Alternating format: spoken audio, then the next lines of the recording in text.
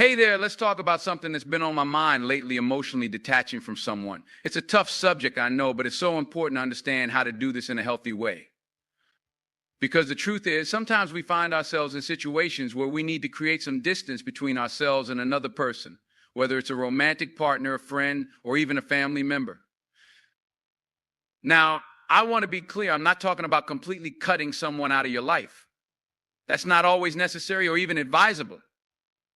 What I'm talking about is learning how to set boundaries, how to protect your own emotional well-being, and how to avoid getting too caught up in someone else's drama or negativity. So let's dive in. The first rule of emotionally detaching from someone is to recognize when it's necessary. This can be tricky because our emotions can cloud our judgment. We might feel loyal to someone even when they're treating us poorly. We might feel guilty about pulling away even when it's the healthiest thing for us to do. But here's the thing, you have to trust your gut. If you're feeling drained, anxious, or unhappy after spending time with someone, that's a red flag. If you're constantly making excuses for their behavior or trying to fix their problems, that's another sign that you might need to step back. The second rule is to set clear boundaries. This means communicating your needs and expectations clearly and firmly. It might mean saying no to certain requests or invitations. It might mean limiting the amount of time you spend with someone or the topics you're willing to discuss with them. The key is to be assertive without being aggressive. You don't need to be mean or confrontational, but you do need to be direct. Remember, setting boundaries isn't about punishing the other person, it's about taking care of yourself. The third rule is to focus on your own growth and happiness. When we're emotionally entangled with someone, it's easy to lose sight of our own needs and goals. We might put their desires ahead of our own or neglect our own self-care in order to be there for them. But the truth is, you can't pour from an empty cup. If you're not taking care of yourself physically, mentally, and emotionally, you won't have anything to give to others. So make sure you're prioritizing your own well-being. Pursue your passion, spend time with people who uplift you, and practice self-compassion. The fourth rule is to let go of the need to control the situation or the other person. This can be especially hard if you're a natural caretaker or problem solver. You might feel responsible for the other person's happiness or success, or you might worry that if you're not there to help them, something terrible will happen. But the reality is you can't control anyone else's life or choices. You can offer support and guidance, but ultimately they have to take responsibility for their own actions and consequences. Trying to control the situation will only lead to frustration and resentment on both sides. The fifth and final rule is to give yourself permission to move on. This doesn't necessarily mean ending the relationship altogether, although in some cases that might be necessary. What it means is allowing yourself to let go of the emotional attachment and create a new dynamic that works better for you. This might involve spending less time together, being less emotionally invested, or even just changing the way you think about the relationship. It's okay to grieve the loss of what you had, but don't let that grief hold you back from creating something new and better. Now, I know that emotionally detaching from someone is easier said than done. It can be a long and difficult process, especially if you have a history with that person or if you're prone to people pleasing. But I promise you, it's worth it. When you learn how to set healthy boundaries and prioritize your own well-being, you free yourself up to create more fulfilling relationships and pursue your own dreams. You stop wasting energy on people and situations that don't serve you and start investing in the things that truly matter to you.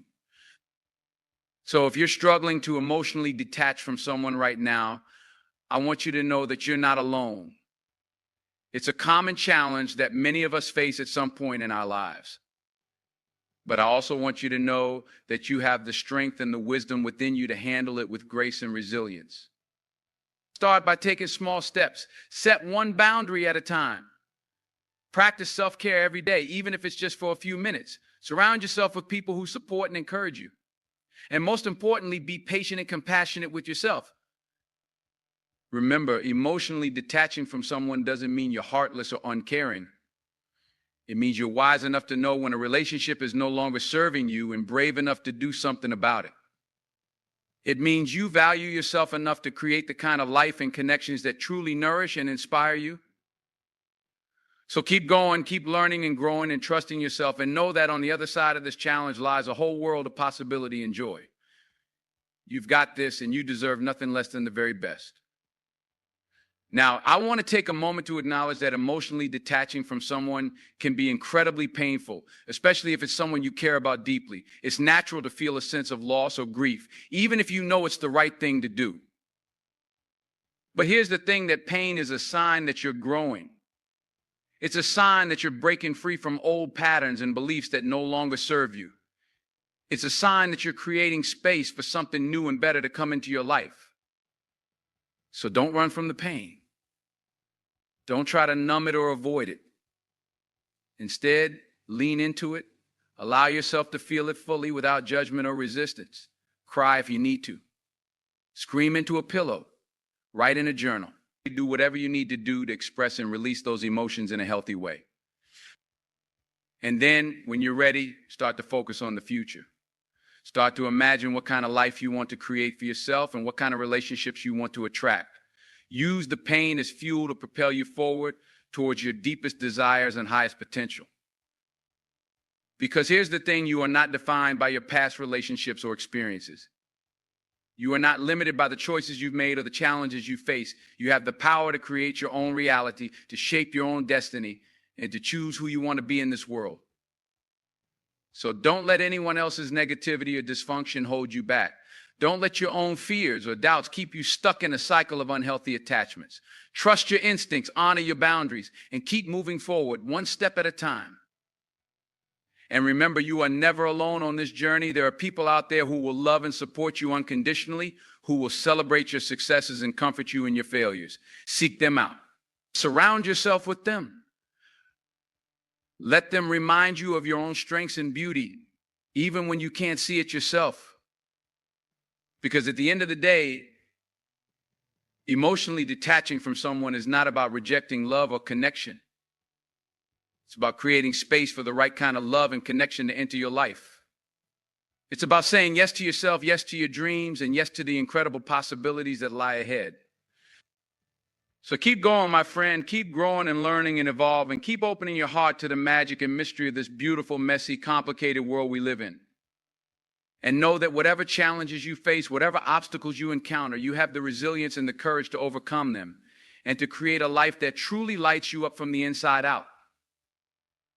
In the end, emotionally detaching from someone is not about losing something or someone.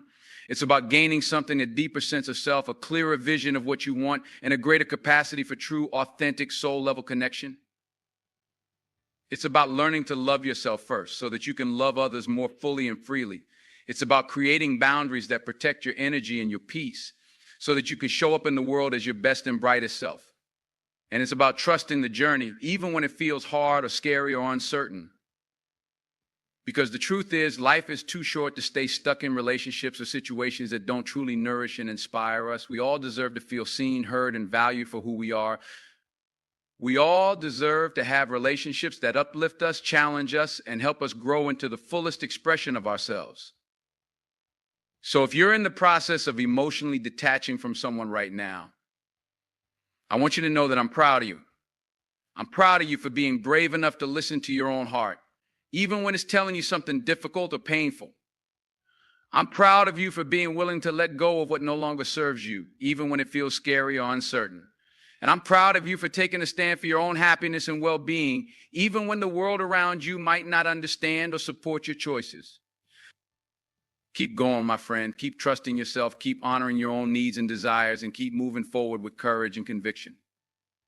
Because on the other side of this challenge lies a whole new world, a possibility, a world where you get to create the kind of life and love that truly sets your soul on fire. And remember, no matter what happens, no matter how hard things get, you are never alone.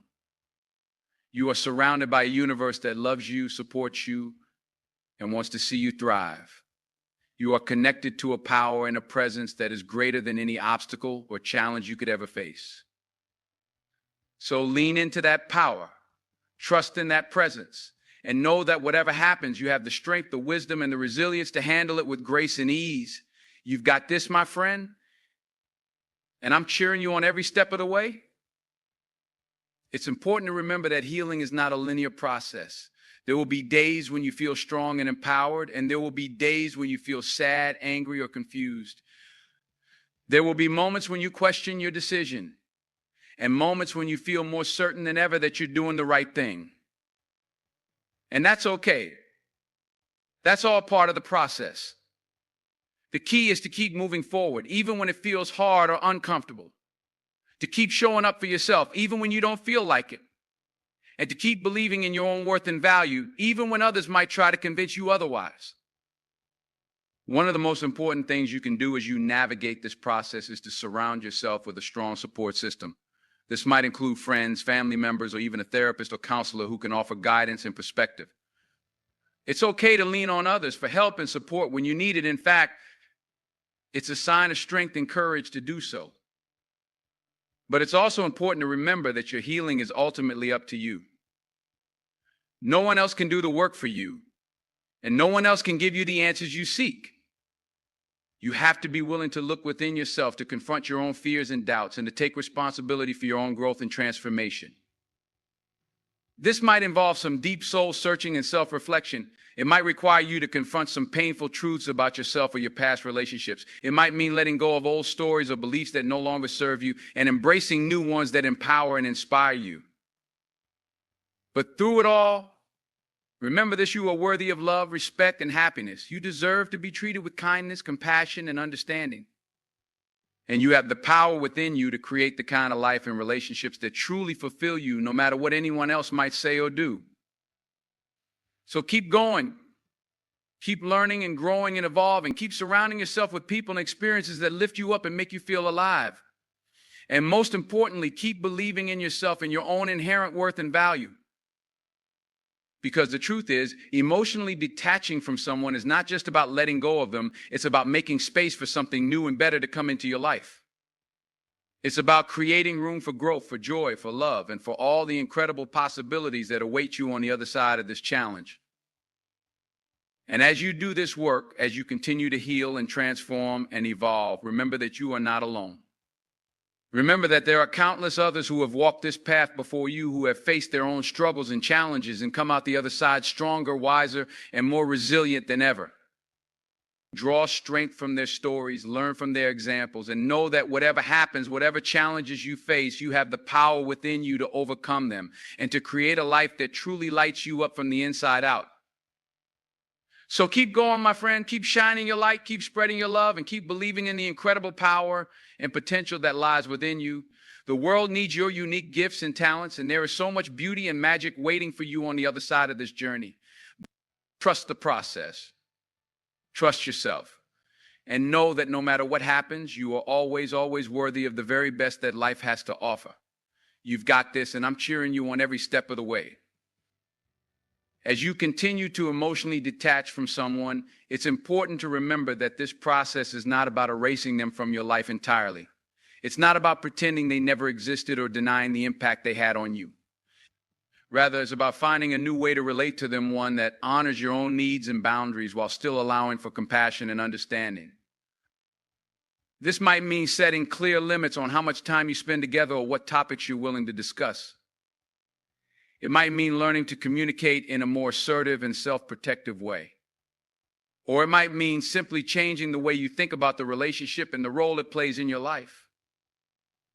Whatever form it takes, remember that emotionally detaching from someone is ultimately a way of caring for yourself. It's about recognizing that your own well-being and happiness matter, and that you have the right to prioritize them in your life. And as you do this, as you learn to put yourself first and set healthy boundaries, you might find that other areas of your life start to shift and change as well. You might find yourself attracting new people and opportunities that align with your values and goals.